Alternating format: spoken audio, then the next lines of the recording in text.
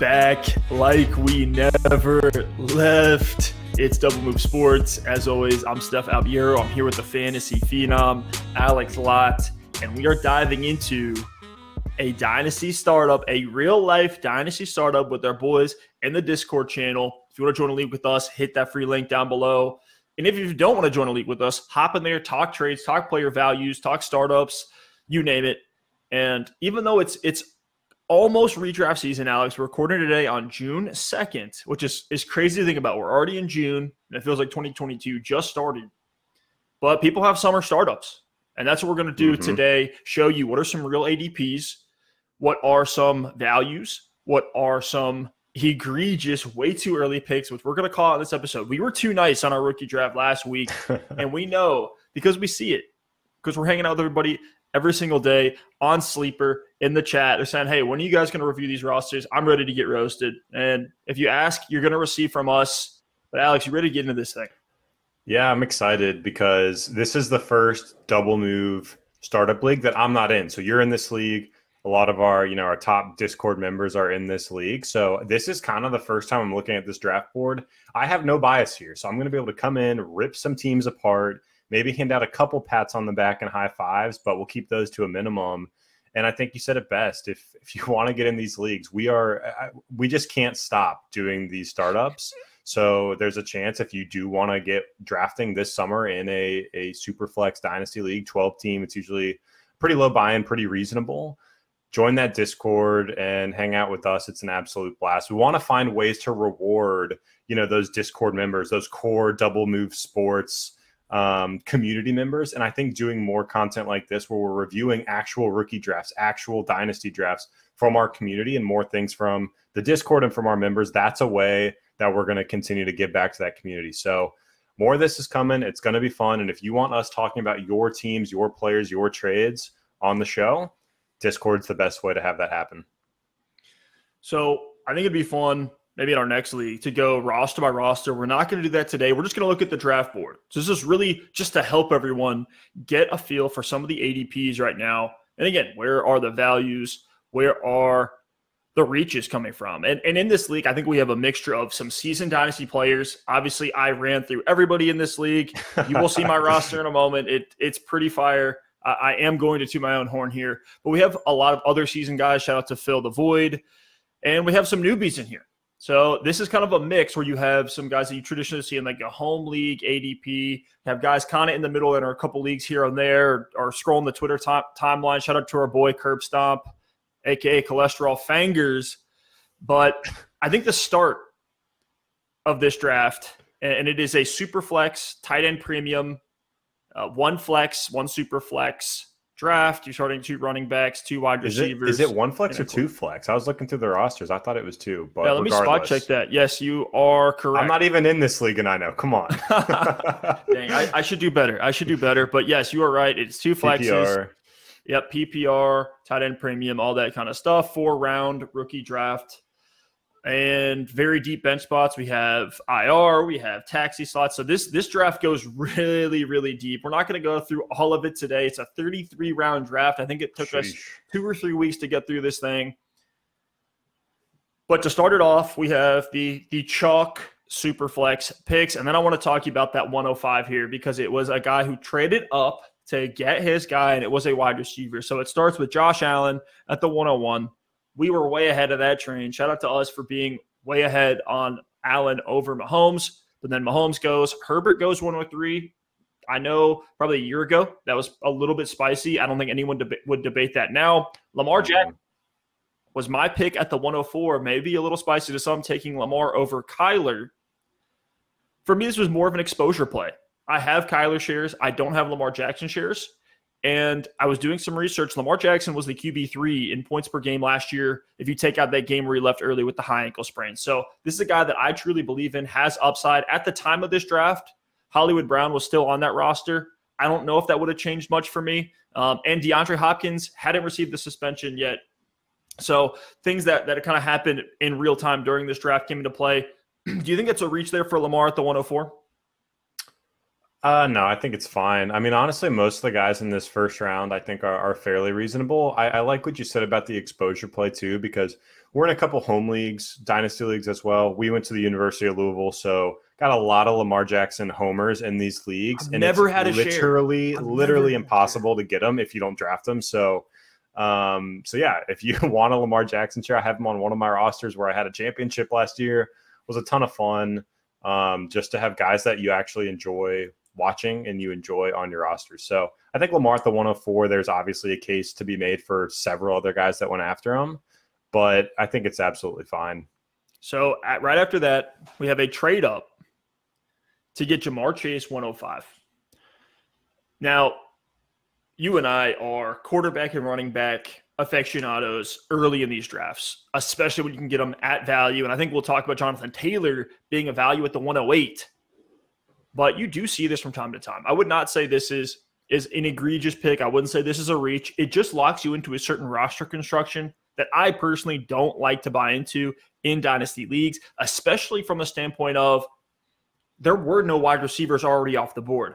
Who knows if at the 109, where his original pick was, he could have gotten Jamar Chase anyways.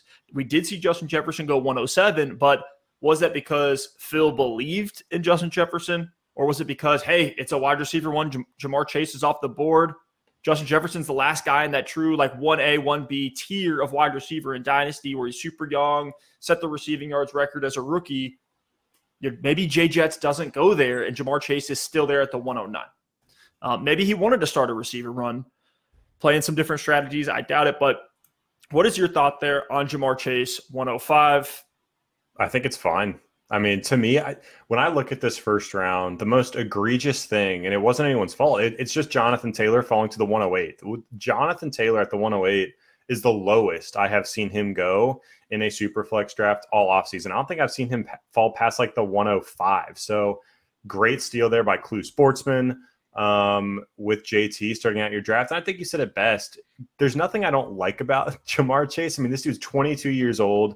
He's perfect for a rebuild. He's perfect for a contender because he's going to be probably a top 5 receiver this year. At least his ADP right now, I think, is wide receiver 1 or wide receiver 2 with Justin Jefferson. Maybe you throw Cooper Kupp in there as well as the top 3 right now, consensus on the board. But if you're rebuilding a 22-year-old wide receiver who's already broken out in a huge way with Joe Burrow as his quarterback in that situation insulation, it's perfect. So I know what you mean about not wanting to start the draft with a wide receiver. But if you want to continue to be flexible as the draft plays out between contending and rebuilding, I don't mind the pick. Now, I will say I don't necessarily love, if we look at his team, that he did pick up A.J. Brown in the 2nd and then Deebo Samuel in the 4th. So he's going into the 6th round in this draft without a running back pick. So that's what I don't like, especially when at the wide receiver spot, I think Jamar Chase, Justin Jefferson are probably the only 2 real difference makers in a dynasty league. Could throw Cooper Kupp in there as well for a contending team.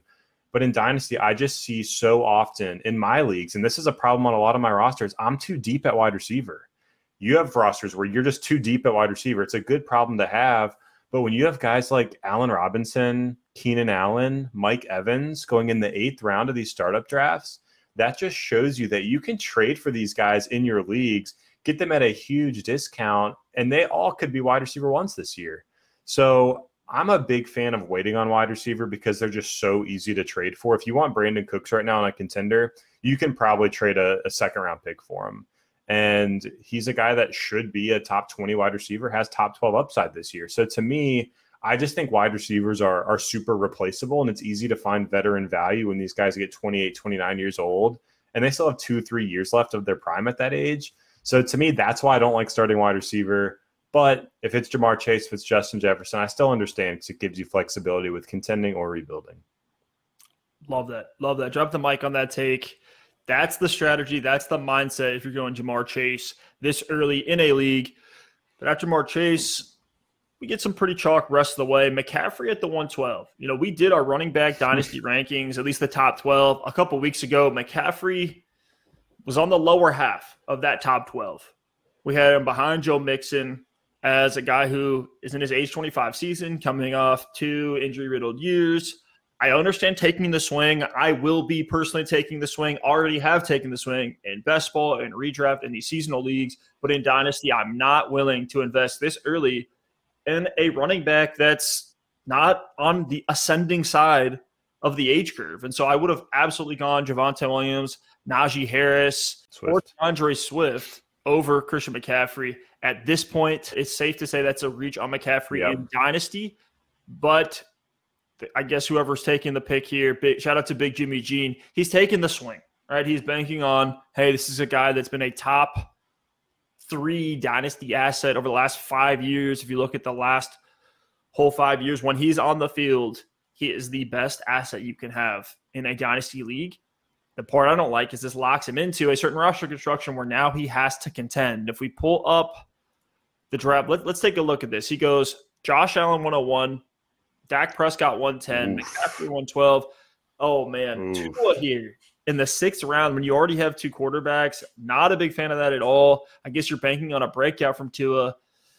I don't mind some of the values that he got on the wide receivers. I think Sutton at the 9-10 is great. Gabe Davis, I'm not in on him, but I know other people are. Singletary, he just has competition brought in.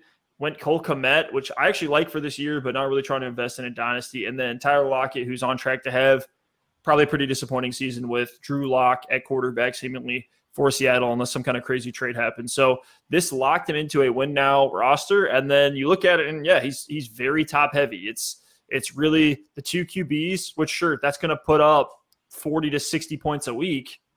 McCaffrey, let's say he stays healthy, that's another 15 to 25 a week. And then it's Courtland Sutton and then just depth pieces.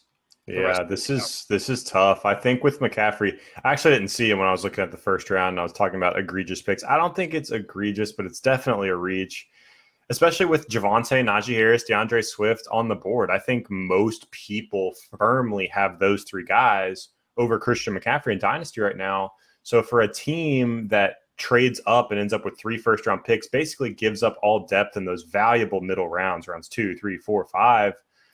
This would have been a great opportunity to move back. If you wanted McCaffrey, move back from the 112, try to find something in the middle of the 2nd round. You can probably grab McCaffrey there. Maybe you pick up another pick in round 8 or something like that, and you can take another piece like who went in round 8. You got Aaron Jones in round 8. You got Mike Evans in round 8. There are pieces, if you want to contend, where you could have maybe traded back and found a way to get some more veteran value in this draft. So, yeah, I think the Tua pick is rough for me as well, especially when you've got these veteran running backs on the board, Ezekiel Elliott, James Conner, guys that should be – Aaron Jones is a perfect example. Guys that should be good this year. If you are focused on this year and you're going to go right out the gate and go for that title, because McCaffrey certainly says you're doing that, I don't know why you need a 3rd quarterback when you have Josh Allen, Dak Prescott, and nobody else on your roster. So we'll see how this one plays out. I can tell you how it's going to play out. Tough. It's not going to play out well. I hope Big Jimmy Jean, you've got future draft capital, because I'm worried about this roster. And if things go poorly this season, you might be looking at a situation where you're forced to move out of Josh Allen after only having him for 1 season, because you just have to find a way to rebuild and get a king's ransom for him. So we'll see what happens. Might need to get lucky on the back end with some of these running backs and receiver breakouts. But yeah, McCaffrey there is a little bit early for me. Steph, I'm kind of looking at round 2. If we want to get through a substantial amount of this draft and get into some of the interesting middle tier names, we're going to have to almost start taking this round by round. Round 2 looks pretty chalk for me, pretty status quo. I think it's nice to see Russell Wilson there at the 210. Yep. We did a startup before he was traded, and I think he was going in the 4th round. So I think that this back of the 2nd round's about right for him. Trey Lance at the 207, definitely a bold flag planting move here by Jared Davis. Shout out to Jared. Yeah, I love it. I love what he did with this roster. Trey Lance, 2 mobile quarterbacks with upside. You go with DK Metcalf after that, and then you take valuable running backs that have question marks. Dalvin Cook getting a little bit older. Josh Jacobs, people have concerns about Zamir White for some reason. I think Jacobs is going to have the same role in the Raiders offense with a better offense. And then Antonio Gibson. So deep at running back, got DK Metcalf. Wide receiver will be a little bit of a question mark for Jared starting out. But with the upside he has on his roster, like I said, he can go get a Brandon Cooks. He can go get a Keenan Allen, a Mike Evans in season if things are going well. and have a really good shot to compete. So I love the start for Jared in this one. Yeah, that's going to be fun to watch too. Just two electric quarterbacks every Sunday. I thought Jalen Hurts was a value here. I've taken him at that exact same draft slot. I don't know why Justin Fields went ahead of Jalen Hurts. That doesn't make sense to me. People are still in on Fields, and he has brutal weaponry. Brutal weaponry. In Chicago, actually went before Trevor Lawrence. It's people holding on to that Justin Fields rushing upside of that mobility, which we did see in year one. Yeah. We'll see if that sticks around. But, I mean, who's he going to throw the ball to? It's Mooney, it's Kmet, and it's Velus Jones and David Montgomery. Like, it's not great. It's not great. But Breece Hall, 303. Thought that was actually really good value. Eckler was a little bit of a reach here. The back of the second. It just locks you into a win now. And I know, shout out to Spencer Lane. He's doing it, though. If he's going to win now, I mean, Mahomes Hurts at quarterback. That's probably why he takes a Hurts over a guy like a Trevor Lawrence. I think those guys are pretty close, with Hurts being more of the win now piece. And then Tyreek. Fournette at the 5-12. Oh, I didn't even see Fournette over there. Oh, he slipped that in. It's not even a value. It's not even a value. It's also a perfect pick for his roster. Eckler, Fournette, R2, and James Conner. With a 3 and James Conner. Yeah, perfect roster construction here this year from Spencer Lane, where he just went, guys that are going to help me now. Even got Kittle in there as well. So in a tight end premium, you got to have one of those top 5 tight ends if you truly want to be a year-over-year contender. So I like the way that Lane set himself up for this season, and then has some core pieces that he can continue to build around, like Mahomes, like Kittle, even Sky Moore in the long term. Pierce, Amon-Ra St. Brown, really good job. Yeah, I like it. I like this too because with a win-now roster, I love win-now rosters with quarterbacks that could be valuable for another 5-10 seasons. It's tough when you have a win-now roster and your quarterbacks are like Tom Brady and Aaron Rodgers, because you're getting dangerously close to all of your value just disappearing when these guys decline. But with a lot of guys who are probably going to be depreciating assets for this roster, you still have Mahomes and Jalen Hurts. So even when Eckler is past his prime, when we see Fournette phase out, with Tyreek Hill, we'll see how much longer he can go. George Kittle, these guys that are aging, Mahomes and Hurts should still be premium dynasty assets. And that allows you to have options rebuilding on the fly as long as you have those two quarterbacks locked in. So great job by Spencer Lane. Even though I agree with you, I think Eckler is a little bit early there at the 211. But all in all, I think for the roster build, it kind of fell into his lap with how things went later in the draft. Joe Mixon goes at RB8, Cam Akers RB9, Nick Chubb RB10, Derrick Henry RB11. So we are getting a short-term recency bias with these running backs where people are happy to take 26, 27, sometimes even 28-year-old running backs. And on the flip side, like you mentioned earlier, we saw Aaron Jones. Aaron Jones, where's this pick? 8-10. At the 8-10, probably one of the biggest steals of this entire draft board. I'm not even that excited about Aaron Jones in Dynasty, but that's just a great value, especially for a contending roster, which you've already talked about with this one. So, Steph, I want to ask you about Cam Akers, because I think we kind of breezed over it, and I know we've talked about Cam Akers a lot. I know you're really high on him.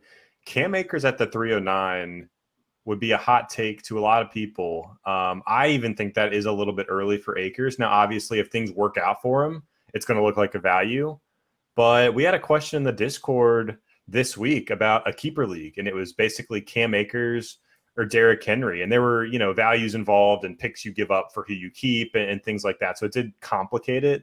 But I remember looking at that question, I said, there is a chance that Derrick Henry is fantasy relevant longer than Cam Akers is, because we just don't know what's going to happen.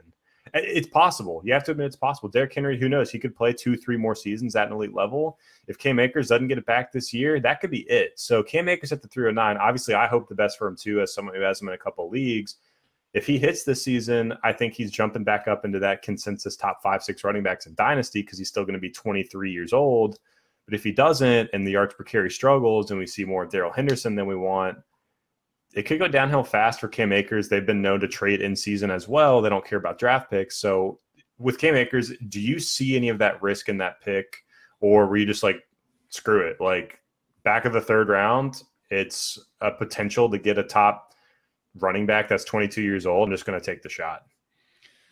Yeah, he's not even 23 yet and he's already been in the NFL for 2 years. Here's the crux of my Akers love. And once we get into both redraft and dynasty values, or really put some juice behind these takes, get into the advanced analytics, get into the stats, we're going to have a lot more coming. So hit that subscribe button, hit that like button if you like what we do here on the show.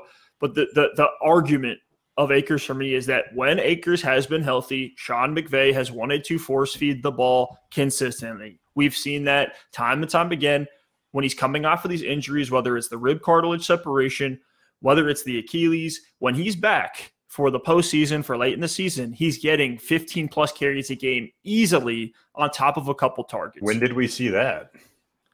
We saw 28 carries against Seattle in the postseason in 2020, 18 carries the week after against Green Bay on top of a couple targets, couple touchdowns.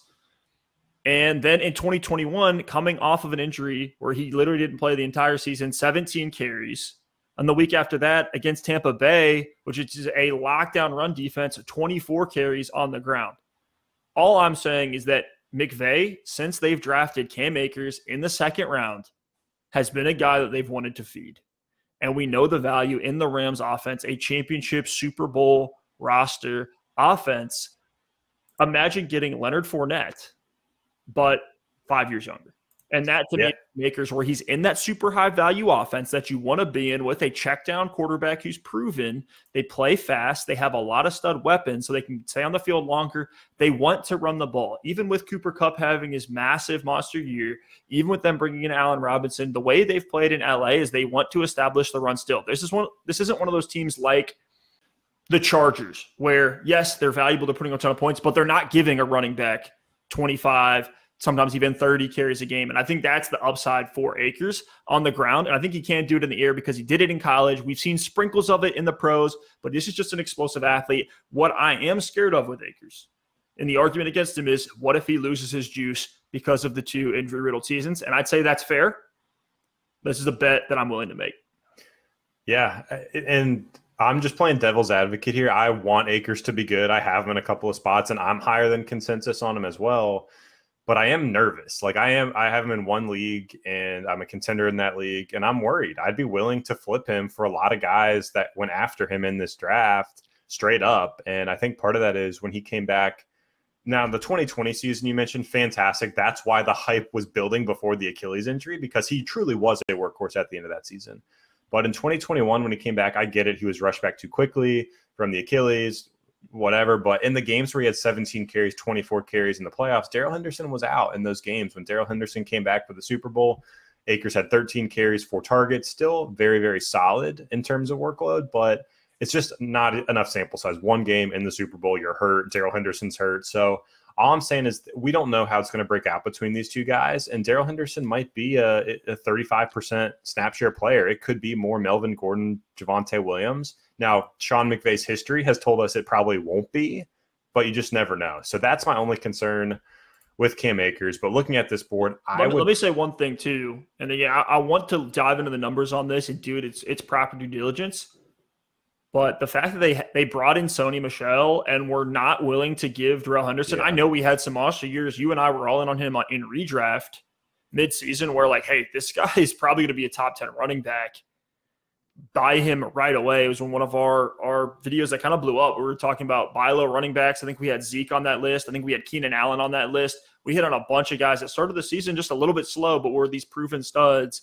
And even with all that being said, the fact that they couldn't give Darrell Henderson that monster workload the whole year makes me – I'm not going to say I'm a Darrell Henderson hater, but my love for Akers outweighs the concern that he might be in a timeshare.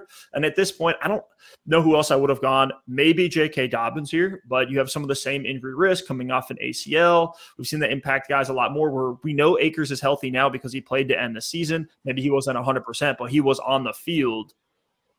Maybe Kenneth Walker is another guy you consider here, but still a little bit too early for me. What do you think about this value I got since we're focused on these running backs? After those names it went Dalvin Cook, Alvin Kamara. Then I get Saquon Barkley at the 509. My hands were sweating as I went to smash that pick because I was like, please make it to me. Please make it to me. I won't call it a wrong, but for lack of a better term, you righted your wrong with the Cam Akers, what I would call a little bit of a reach, because if you would have taken Saquon at the 309 and then Akers at the 409, I'd been like, okay, like that makes sense. Saquon's one of the names at that 309 that I would have been considering and I thought would have been a good value there, or probably an appropriate value there. So yeah, I think you did great snagging Saquon at the 409. I do think the other guy, Travis Etienne at the 501, we can get to him in a minute. I think that's honestly a great value at the 501. And I offered you a trade today that got declined. That was involving me sending you Cam Akers, getting back Travis Etienne. I was going to upgrade in the draft. Like, I'm willing to ship out Akers for Etienne plus just a tiny little sprinkle on top. So if by the end of this podcast you change your mind and you want to give me Travis Etienne for your boy Cam Akers, you just let me know. But Saquon at the 409, yeah, it's a steal. I mean, what number running back was here? We said JT. I'm going to do some counting. There's six running backs. So Saquon was RB16 here. Yeah, Travis 16, Etienne, that's crazy. RB17. So on Keep Trade Cut, that's actually in line with ADP. Saquon's going RB15 on Keep Trade Cut. Etienne, though, is RB10. Wow. From the community. So this was an absolute steal based on consensus thoughts. And I still think even with some of the recency bias that you see creep into Keep Trade Cut, and even for us, this 501 pick for Travis Etienne is a tremendous value. You know I'm a Travis Etienne guy. My only concern with him is, one, we haven't seen him healthy on the field in a real NFL game, obviously, as well as Jacksonville's offense as a whole. Whether it's Doug Peterson wanting a running back by committee, we saw them take Snoop Conner. I'm not too worried about him. I know Reichel Armstead is still there. I'm not too worried about him. So that's kind of like the saving grace for like, hey, maybe the Doug Peterson situation isn't going to fully impact Etienne this year, but until Peterson's gone from Jacksonville, I'm still going to have that worry in the back of my mind just because I've been burned by my love for Miles Sanders. And these are guys that I comp very similarly. I think Travis Etienne is a juiced up version of Miles Sanders. And we saw how that went with Doug Peterson, really ruined the prime years of Miles Sanders as a potential three-down workhorse, or at least more of that Kamara, McCaffrey, DeAndre Swift type name where he's able to get 8 targets combined with like the 10 to 12 carries. So, Steph, let's keep it rolling. We'll get to some of these later rounds if you guys want to see us break down some of these deeper names. Like, we'll absolutely do. So at the end of this, we'll throw out a couple of values we like at the end of this draft as well. But if we look at the rest of round 5, we talked about the Fournette pick at the 512.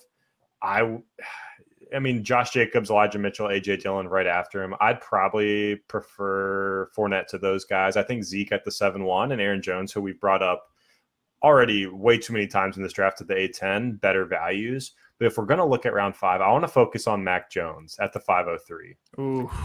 I think this is way too early for Mac Jones. Egregious. Way too early. I get it. He had a promising season. Is there a chance? We have to remember he was a rookie. So is there a chance they light him up, let him throw it a little bit more? They brought in, Tyquan Thornton and Devontae Parker to this offense, a couple running backs as well. Maybe we see him take a step forward. But I'm guessing Mac Jones, at least for the foreseeable future, is going to continue to be a game manager type of quarterback, very efficient, very cognitive quarterback. That's what we talked about him before he was drafted last season. But he doesn't add any mobility. He doesn't give you this high volume upside in New England. So looking at this draft board, if we just want to look at some of these other quarterbacks, like give me Derek Carr over Mac Jones all day. He went 1 pick later that was you. I hate giving you too much credit, but great Derek Carr pick there in the 5th round. I mean, I'd rather have Kirk Cousins at the 7-12 than Mac Jones at the 5-3 by a mile. And honestly, let's see who his roster is. So this is his first quarterback. Oh, he took Kirk Cousins at the 7-12. So at least that's good. He got a value there. He really has a young roster. Yeah, I just worry about Mac Jones. I would have rather waited and taken another value. If you look at some of the other players on the board here, guys like Jerry Jeudy, guys like DJ Moore, Terry McLaurin, there's just so much value on the board, even if you are starting out kind of in this rebuild with younger pieces. Just so many guys I'd prefer over Mac Jones there. Here's the problem for me with Mac Jones is the Patriots offense. Yeah, because exactly. They are. It's not a Mac Jones thing. He's great. Mac Jones is great. I'm not a Mac Jones hater at all. But for fantasy, I don't know. Yep. And he's seeing that drumbeat that Joe Burrow was getting his rookie year, but I'm not seeing anywhere near that level of ascension for Mac Jones.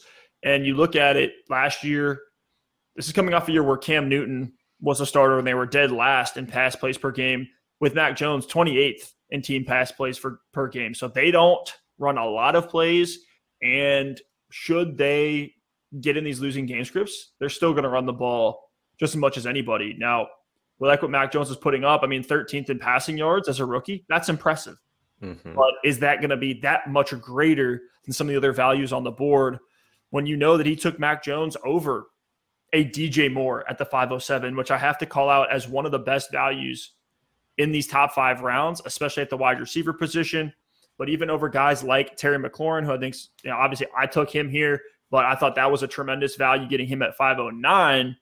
Judy is fine at that pick, maybe even a Michael Pittman, who I was considering at my pick for Terry McLaurin. So I think there was a lot of other names, and this is kind of that round where you start to look at receiver, right? You go quarterback, running back early, unless there's just a tremendous value on the board or a crazy receiver run. Otherwise, you let the draft fall to you, and you grab these wide receivers because we know wide receivers deep. Yeah, absolutely. And so, Steph, let's keep looking at this 5th round. I want to focus on some of the tight ends here because we haven't really talked about the tight ends very much with TJ Hawkinson here in the 5th. And then I'm kind of mad I have to give you more credit. This is tight end premium, right? And we're seeing Darren Waller go at the 609. This was steal after steal. This is steal after steal. I hear you on the Akers pick, but every other pick here is an absolute steal.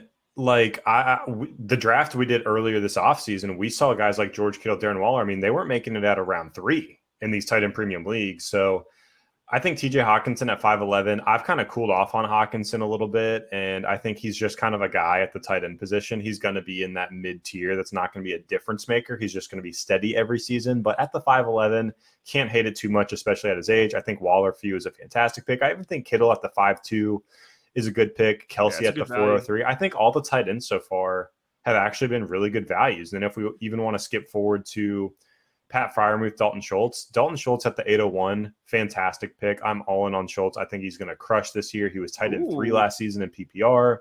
Michael Gallup is going to start out injured. Amari Cooper is gone. So Dalton Schultz is going to be relied upon a ton in this Dallas offense. I think that's a great pick as well. Did he get extended? I know he got franchise tagged. I can't remember if he got extended or not. I'll spot check it. You keep going. He is part of the Dallas Cowboys future as well. So I love Dalton Schultz in this draft. I would prefer him over Freiermuth, but I still think Freiermuth is fine at the 7-10. But I really just wanted to take that minute to focus on the tight ends because I think across the board here, I don't know if the league just wasn't valuing tight ends enough and we didn't see those runs start to happen in this draft specifically. But I think it's just crazy how much tight end value there were in these middle rounds. I don't see a single reach at the position. Think Hawkinson was a bit of a reach just because Waller was still there. I mean, would you rather have Waller or Hawkinson for this year and long term? I'd go Waller. I think in Dynasty, a lot of people would rather have Hawkinson. Let's What's the hype on Hawkinson, man? Yeah, I don't know. Keep trade cut, and I don't follow keep trade cut, but yeah, they have Hawkinson 2 spots. They have him at 4. They have Waller at 6. So the community does value Hawkinson. Wow. And honestly, Steph, you bring up a good point because I think we kind of have looked beneath the surface with Hawkinson a little bit and said, what is so special about this guy? I think there's community hype around him because he's young. People remember a couple breakout games he had. He has the draft capital, all this stuff. But when I look at his numbers, they're just so pedestrian. He is one of those classic 60 receptions, 600 yards, 6 touchdown guys. And he was only okay last year. He started with a bang, 2 back-to-back fantastic games to start the season, 20-plus fantasy points. And as someone who had him in a lot of leagues last year, he was super disappointing the rest of the way. Had a couple games where he had touchdowns where he had like 10 to 15 fantasy points. He had a goose egg where he had like 1 target and no receptions. Had a lot of really disappointing weeks. And I just don't think athletically he's one of these players like a Kyle Pitts, like even what we've seen from George Kittle, just the way he can get violent yards after the catch. So for TJ Hawkinson, I look at the situation, I say, okay, yeah, he's a little bit young. Yeah, he's had a couple solid seasons, but he's not a target hog. They bring in DJ Chark. They bring in Jamison Williams. Last year they had nobody, and we saw Amon-Ra break out late in the season. So now you have 3 competent wide receivers in Detroit. You have DeAndre Swift, who commands targets from the running back position. So he'll get his, but I think he's going to be an afterthought in this offense. He'll be the security blanket. He'll get, a couple drawn-out plays per game, but I don't think he's going to be this target magnet like he was for a couple games last season. So with Hawkinson, I think people are going to have a splash of cold water in the face this year on, hey, TJ Hawkinson is just another guy at the tight end position, and his value is going to come down a lot. So that's why I've been moving off of him in leagues rather than trying to trade for him, or in this case, picking him up in the back of the 5th round with some of the other names on the board. So in round 6, we already talked about the Tua pick.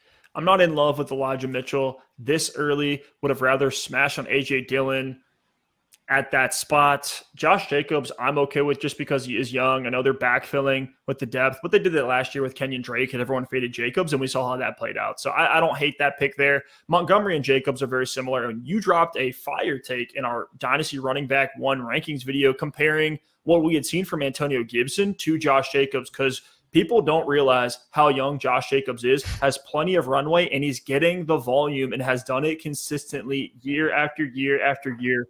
So I don't mind that Jacobs pick. Michael Pittman, tremendous value here. One of the picks I love in this 6th round. I think Treylon Burks' pick there is in line with ADP. Elijah Moore before Garrett Wilson. I think that's interesting. I would probably disagree with that. But then Alec Pierce. Alex, was this a misclick? This had to be a misclick, right? That guy won. I'm sorry, but Alex is about to roast you. Talk to me about Alec Pierce as a resident Colts fan. Look, I don't want to roast him that hard because this is the first league he's been in with us. I want people to learn to get better in these leagues. The team up to this point was looking pretty solid. So, but man, Alec Pierce at the 608, what are we doing? Like, there's in a win now roster build going Kupp, Adams, Kamara, Andrews, like Judy, that's great depth for your flex. Especially, a win now build. The receivers are strong. You have Andrews. You don't have a quarterback, so that's a big problem. So with this pick, the quarterback's on the board. Maybe you wait and try to get a Kirk Cousins, get some premium streamers. Tom Brady was there if you really wanted to go all in. So those would have been great options. You don't have an RB2 yet at this point. There's guys like Ezekiel Elliott, James Conner, Aaron Jones, who we all think are going to smash this season on the board.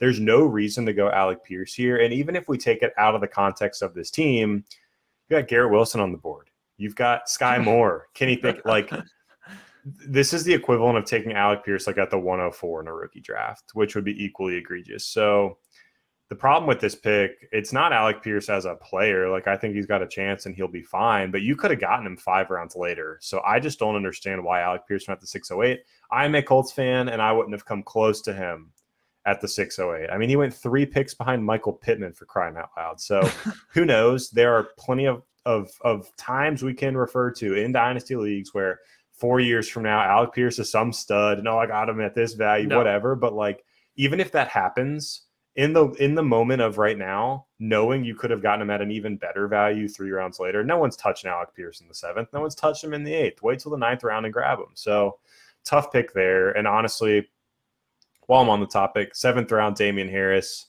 maybe for a win now build, it's okay. But again, in the 7th round, you're picking Damian Harris when there are just so many other better options on the board. Like, if you're focused on this season, Aaron Jones is there.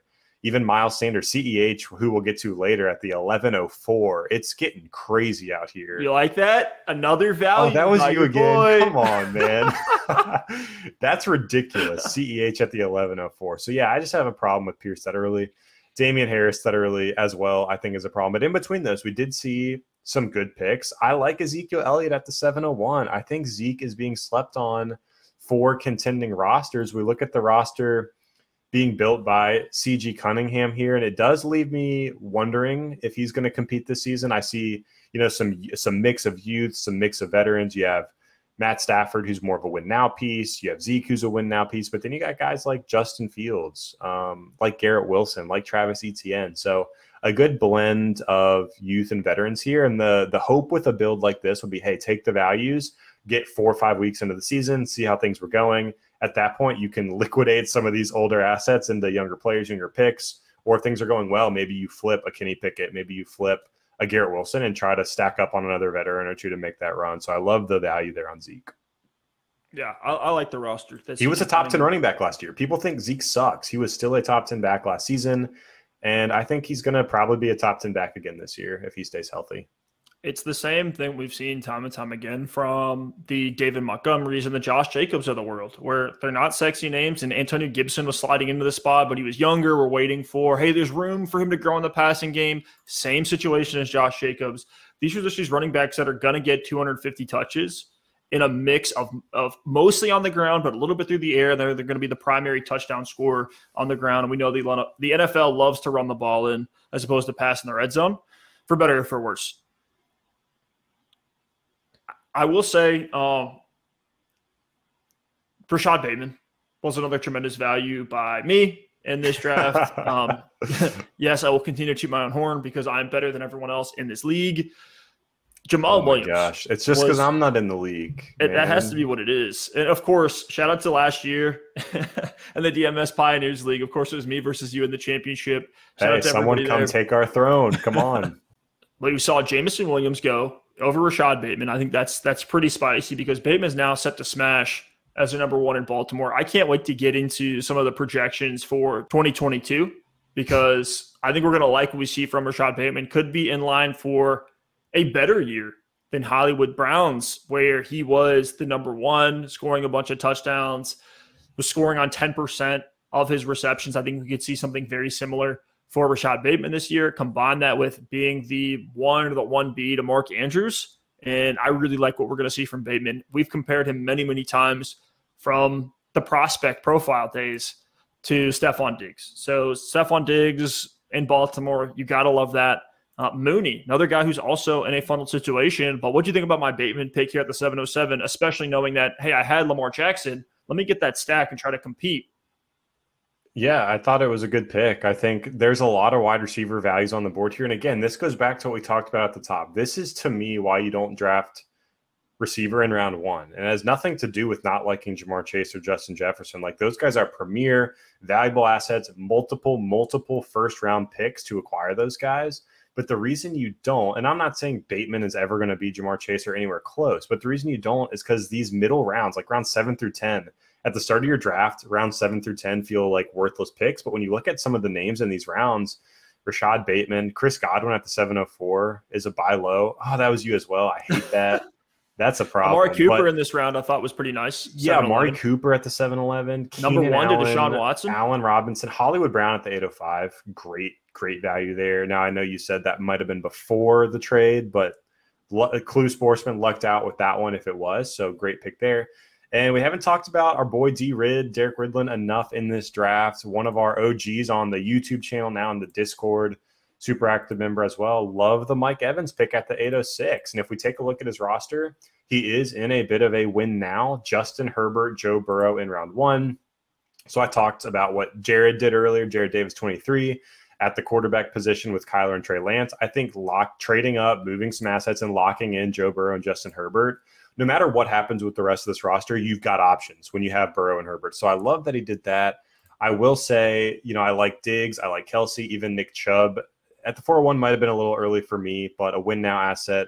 Mike Evans at the 806. I think if you look at his roster, he's just the running back 2 spot is a problem. Now, if Leonard Fournette gets hurt and Rachaad White starts like 10 games, he's probably going to win the championship. But if that does not happen, there are a lot of question marks for this roster for me in terms of depth, because what I've learned in these dynasty leagues is you can build the best starting roster in the world. You just never bank enough on how many games guys miss. Like, even if a guy doesn't miss the whole season, there are stretches in the season where you're out 3 weeks, you're out a game here, a game there. And that kind of stuff adds up on your roster, and it makes it really hard to win some of these games. So if he can figure it out at the running back 2 spot, get some depth, I like the roster. I will say Mike Williams at the 901, I don't think is getting enough credit here. That is an absolute steal. I think in underdog ADP right now, Mike Williams for redraft is going like in the 3rd round. So to get a guy who could be a top 12, top 15 wide receiver this year, is still like 27 years old, has the stack with Herbert. To get that at the 901 is ridiculous value. And I'm honestly surprised he went after Keenan Allen in this draft, because if we saw anything last season, it's much more of a 1A, 1B now with Mike Williams and Keenan Allen, and all he's got to do is stay healthy to be a top 12 guy. And this is another reason why you do not go wide receiver early in the draft, because he was able to get Diggs at the 310, which was already an absolute steal. Getting Diggs back of the 3rd, ridiculous. Diggs is a top 5 dynasty receiver for me, and he went as like the receiver 9 in this draft. He was going mid-second last year, and all this change is that he's a year older. And Khalil Shakir's there. Okay. All right. Like, not much has changed. So that was a steal on Diggs. And then I love the way he played the wide receiver position. For his roster construction, Rachaad White was kind of rough there. And then he's just trying to backfill with handcuffs. I would have gone CEH. I would have gone CEH in that spot. He's going to be a fine RB2 this season. I really think so. Yep, I think that's a great call out. The arbitrage play could have gotten CEH. And I probably would have settled for Rachaad White at that point in the draft as well. So, Alex, we've talked about the wide receiver values. After Mike Williams went Amon-Ra St. Brown, and then Tom Brady, one pick before Davis and Mills. This is you cannot have a greater dichotomy. Davis Mills and Tom Brady neck and neck on a dynasty draft board. I thought Brady was going to go a lot earlier because, yes, okay, even if he does retire in a year, you know what you're getting out of him this year. But even without that, we've said Brady's about to retire next year for the last 15 seasons. Just take him. Just take him, especially for a lot of these zero QB builds that we've been looking at here. That would have been the perfect contender zero QB piece to take. Brady is fully a roster construction play because you're not buying him now for the future. You're not buying him so you can trade him down the line like you would with potentially a Kenny Pickett or a Justin Fields, some of the names we talked about there, or even a Zach Wilson. You're taking Tom Brady because you're trying to win this year. And so let's look at Phil DeVoy's roster. Shout out to Phil. Been in a ton of leagues with us. Not a win now build though. This one's interesting. Yeah, I think he just took the value. Maybe he'll be able to flip him in season. That's his best shot here, I think. Interesting. Well, he went a very wide receiver heavy roster. It's not my cup of tea personally, but I actually like the way this roster played out. Was able to get T-Law, I think, at a value. We have him as a top 12, right at that 12 spot, just creeping in into Dynasty. I think we've actually moved him down a little bit. He's more like QB 13, 14 at this point, behind Stafford, behind Hurts. So we've talked about the reach on Fields, but taking T-Law over, let's say, Aaron Rodgers is exactly what you were talking about earlier, where do you want to lock yourself into having to compete over the next couple of years? Rodgers not only has the degraded weapons this year with no Adams, they take a shot on Christian Watson, we've been avidly against from a fantasy perspective, and he's just an unproven. He is a project prospect at the wide receiver position in Christian Watson. So I don't love the weapons for Rodgers this year, out of the fact that while he did sign the 3-year extension, there's no guarantee that he's going to play that out. We've already seen retirement rumors hit Rodgers, and it was unknown even this time last year if he was going to be playing that season. Can you explain to me why Courtland Sutton fell to the 9-10? I think that's just another incredible value on a wide receiver in this draft. Courtland Sutton, in Denver this season, age 26 right now. He's had a breakout season, over 1,000 yards in the past. Last season had a couple breakout games as well. The issue has been quarterback play. And Courtland Sutton has the athleticism. He has the makeup of an alpha wide receiver. And if you're the alpha wide receiver for Russell Wilson, you could be putting up DK Metcalf type numbers. Jerry Jeudy could be putting up Tyler Lockett type numbers in Denver this season. So to get that at the 9-10 for a guy who's still 26 years old, I think is an absolute steal. And it begs the question, if we're looking at this draft board and we want to rip someone apart, you look at 4 picks earlier, Christian Watson at the 906. Sorry, Jared, love your team. But I just asked the question, would you rather have a 23-year-old Christian Watson who never put up 1,000 yards at an FCS school? I get it, they were run heavy, blah, blah, blah. Complain about the system all you want. Would you rather have a raw prospect from a small school who never put up monster production while he was efficient, going to an offense with Aaron Rodgers for at least this season, but question marks for the future, who has never played an NFL snap, or take a guy that's 3 years older, who's put up an 1,000-yard season, who's the clear number one on his offense, who's beat NFL cornerbacks with Russell Wilson for the next several seasons in Denver? And I think it's not even close. So I'm just surprised Sutton's there at the 9-10. And then even Michael Thomas at the 9-11. I'm pretty much out on Michael Thomas, but at that value, it's hard to pass up. So Big Jimmy Jean, I know we ripped you apart a little bit earlier for some of the McCaffrey pick and some of the lack of depth that you have, but Courtland Sutton, tremendous value there at the 9-10. And then Lil Mixon with Michael Thomas at the 9-11, he played it so well. Deshaun Watson and Aaron Rodgers, this is a win now build. He went Kyle Pitts in round 1, so just got a guy who should be solid this season and just in a tier of his own at the tight end spot.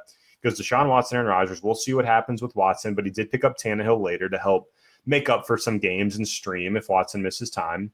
He goes Derrick Henry with the value at the 402. Maybe not a value, but for a win now team, you could do worse at the 402. Picks up A.J. Dillon in the 6th. Running back's a bit of a question mark, but comes back with 3 values at the wide receiver spot. Amari Cooper, Keenan Allen, Michael Thomas, stashes Calvin Ridley for later, and you're like, dang, this is a very, very strong team at the wide receiver spot. All veterans, I get it, but they could be relevant for another 2-3 seasons. So I love this roster build. I think TJ Hawkinson is a question mark, but maybe that's trade leverage at some point in the season to bolster the running back spot or to make a move elsewhere. If Deshaun Watson gets suspended for the whole season, maybe you can package Hawkinson with Tannehill or something, try to upgrade at quarterback. So I like this team, and this is just a perfect example of why you wait on wide receiver. I wish instead of Hawkinson there knowing, hey, I already have Kyle Pitts. I can take shots on tight ends later. I mean, I shout out to Greg Dulcich in the 16th round.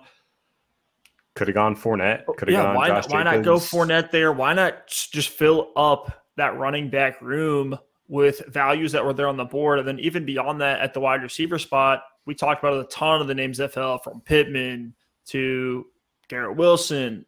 I feel like I personally would have done something a lot different than that TJ Hawkinson pick, even in a tight end premium league, not only because I'm just out on Hawkinson, or lower than consensus, I should say. I'm not out, but I actually have a question. If you can answer this in the comments down below, please do it. There's a lot of people in Dynasty startups that take 2 stud tight ends. Tell me why. Why? You can't start them both. Are you going to put one in the flex? I guess that has to be what the mindset is. Tight end premium, I guess. Why would you put a tight end in the flex spot? They are the lowest scoring position in fantasy football.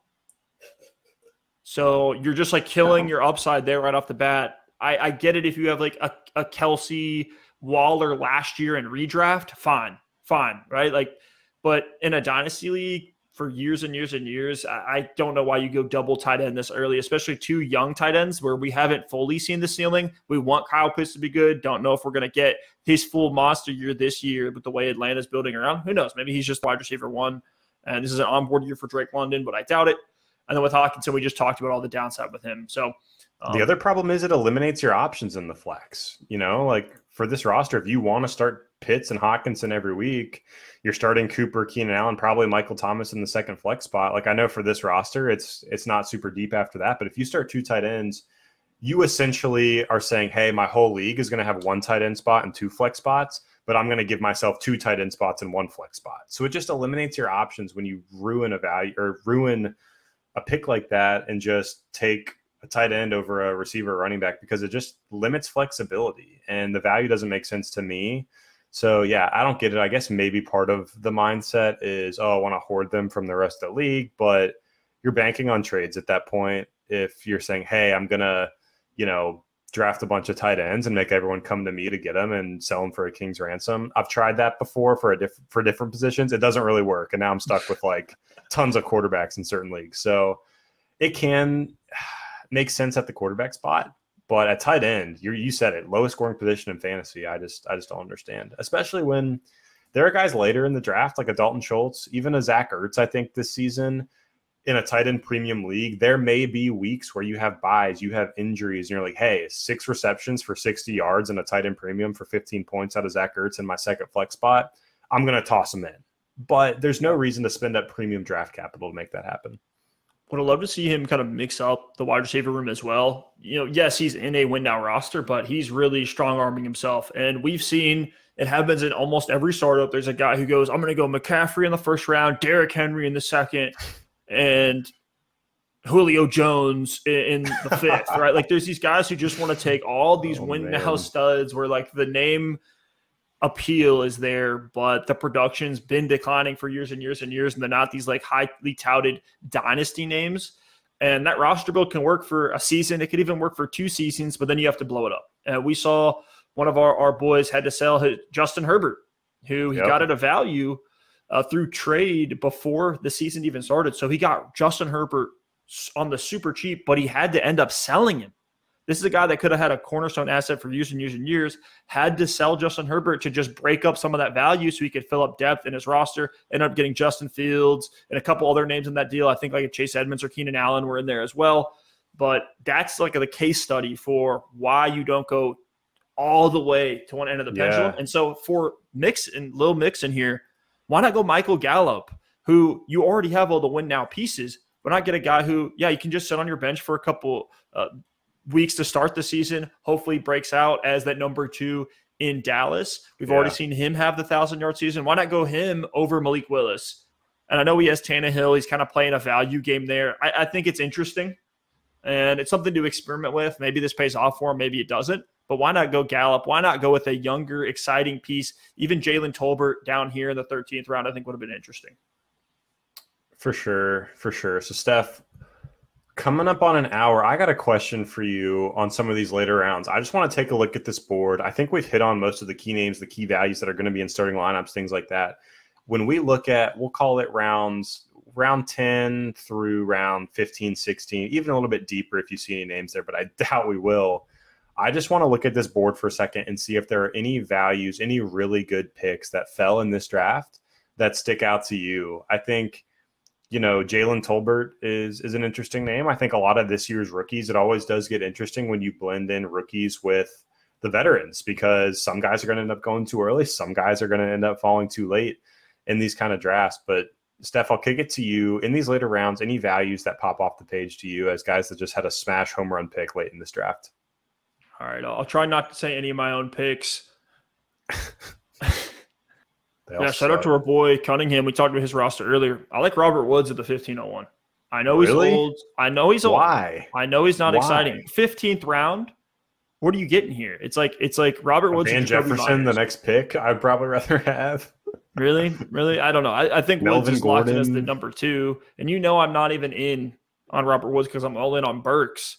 But I do think that is a value for a win now roster, which is what our boy Cunningham's doing. I like Jacoby Myers at the 15-10. The guy that's like at this range, you're getting, and at the 5-10 or 15-10, you're getting essentially a wide receiver 1. Like, people want to debate and say like Devontae Parker is the one. No, he's not.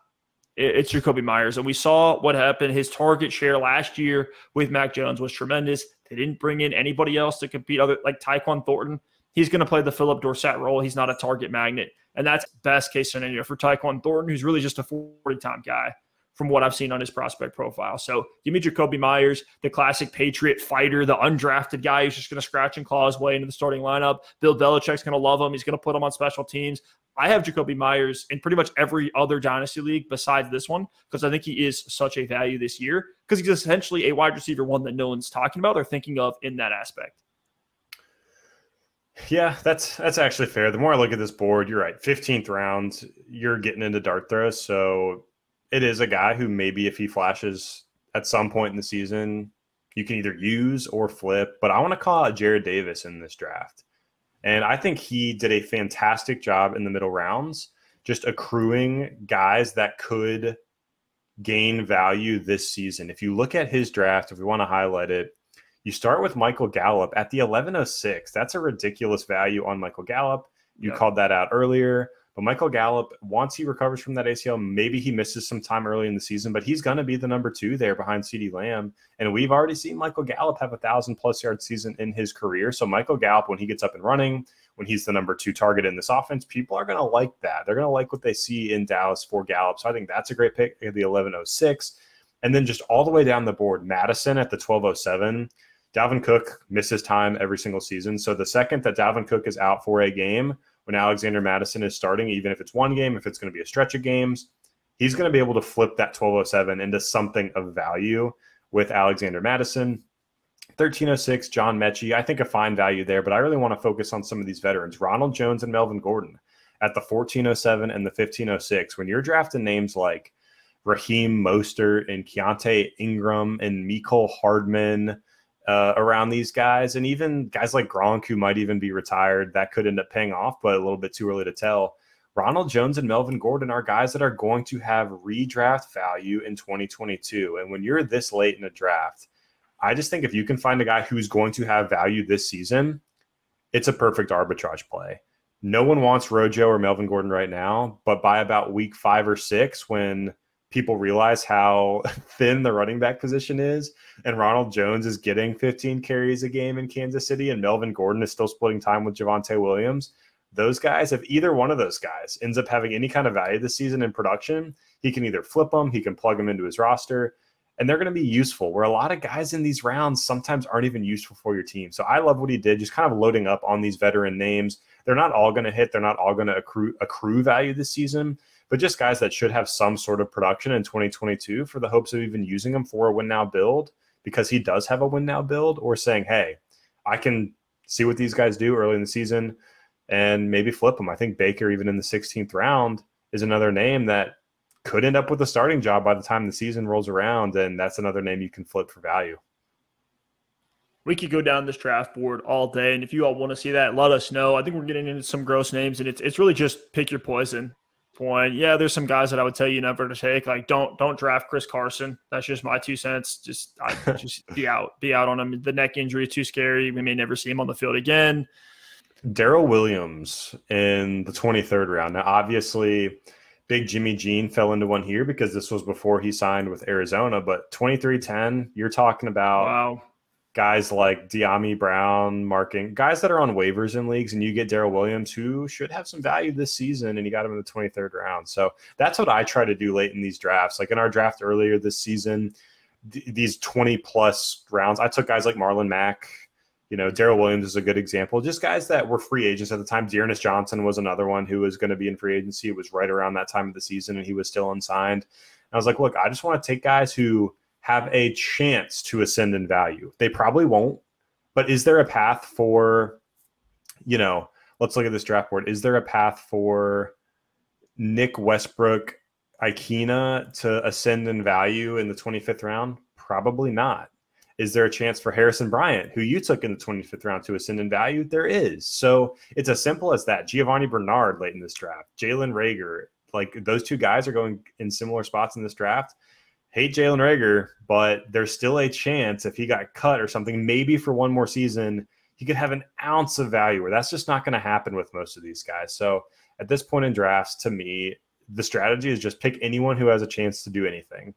And that's it. Just don't take Brock Purdy in the 28th round. Don't do it, because that happened in this draft. Shout out to the Brock Purdy draft pick. Shout out to Mr. Irrelevant in the NFL draft this year.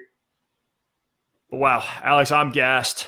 What a breakdown. Again, if you all want to join the conversation with us, hit the Discord. A like and a sub. Always greatly appreciated if you're rocking with us here on the show. If you want to see more, let us know in the comments. We appreciate y'all listening and watching, and we'll see you next time. Peace.